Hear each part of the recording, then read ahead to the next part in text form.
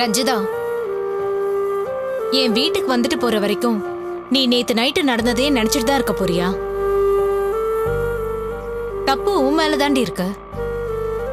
உன் நாத்தனாருக்கு ஃபீஸ் கட்டிட்டா உன் மாமியார் அப்படியே உன்னை தலையில தூக்கி வச்சுட்டு ஆடுவாங்கன்னு எதிர்பார்த்துட்டு இருக்கியா? அவங்க உன் மனசை நோகடிக்கிற மாதிரி ஏதாவது பேசுவாங்கன்னு உனக்கு தெரியாதா என்ன? ஒண்ணு நீ அந்த உதவியை செய்யாம இருந்திருக்கணும். சரி, வேற வழி இல்லாம செஞ்சுட்ட. அப்ப என்ன பேசினாலும் பரவாயில்லன்னு கண்டுக்காம போயிடணும். இப்படி வாங்கி கட்டிட்டோன்னு வருத்தப்பட்டா எப்படி? அத்தை ரொம்ப பேசிட்டாங்க அக்கா. என்கிட்ட உதவி கேக்குறத விட அவங்க தூக்கிலேயே தொங்குவாங்களாம். என் மேல எவ்வளவு கோவமும் வெறுப்பும் இருந்தா அப்படி ஒரு வார்த்தை அவங்க சொல்லிருப்பாங்க. உன் வேதனை எனக்கு புரியுதடி. ஒருத்தரை பிடிக்காம போச்சுன்னு வச்சுக்க, அவங்க என்ன செஞ்சாலும் கோவம் தான் வரும். வார்த்தைகளை நெருப்பாதான் கொட்டுவாங்க. அதை தாங்கிக்கிட்டு தான் நீ அவங்க மனசை ஜெயிக்கணும். அந்த வீட்ல இதை விட நிறைய கஷ்டம்லாம் பட்டுட்ட. இது ஒரு கஷ்டமா உனக்கு? தூக்கி போட்டுட்டு ஃப்ரீ ஆயிடுறே. முடியலன்னா சொல்லு, ஆட்டோ நேரம் உன் வீட்டுக்கு திருப்ப சொல்றேன். உன் மாமியாரை பிடிச்சு லெஃப்ட் அண்ட் ரைட் வாங்குறேன். அப்போ அது உன் மனசு சமாதானமாகுதான்னு பார்க்கலாம். ஐயோ அக்கா, அதெல்லாம் ஒண்ணு வேண்டாம்க்கா. இருக்கிற பிரச்சனையை நீ இன்னும் பெருசாக்கிறாத.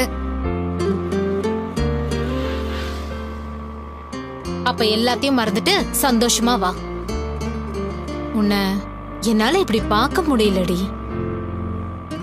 இவ்ளோ வேதனையோட நீ வரது எனக்கு கஷ்டமா இருக்குடி. சாரிக்கா, வீட்டுக்கு வந்தா நான் நார்மல் ஆயிருவேன். அம்மா, தர்ஷினி குட்டி வீட்ல இருக்காளா?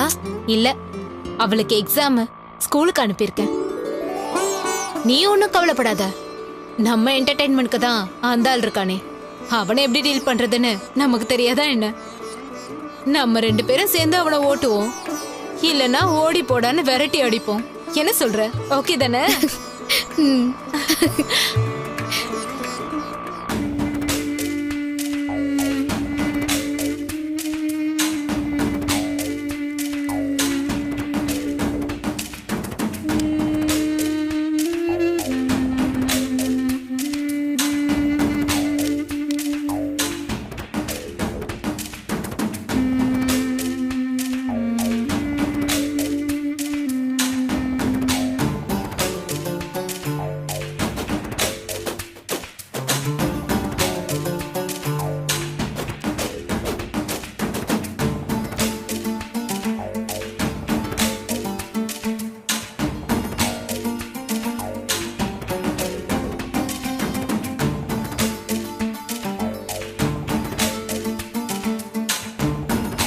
கோமதி வருவா, சாவிய உள்ள போடுவா, ஷாக் அடிச்சு சாவா. சூப்பரா தீரா. நான் இருந்த அடையாளமே தெரியாம இப்பவே எஸ்கேப் ஆயிடுவோம்.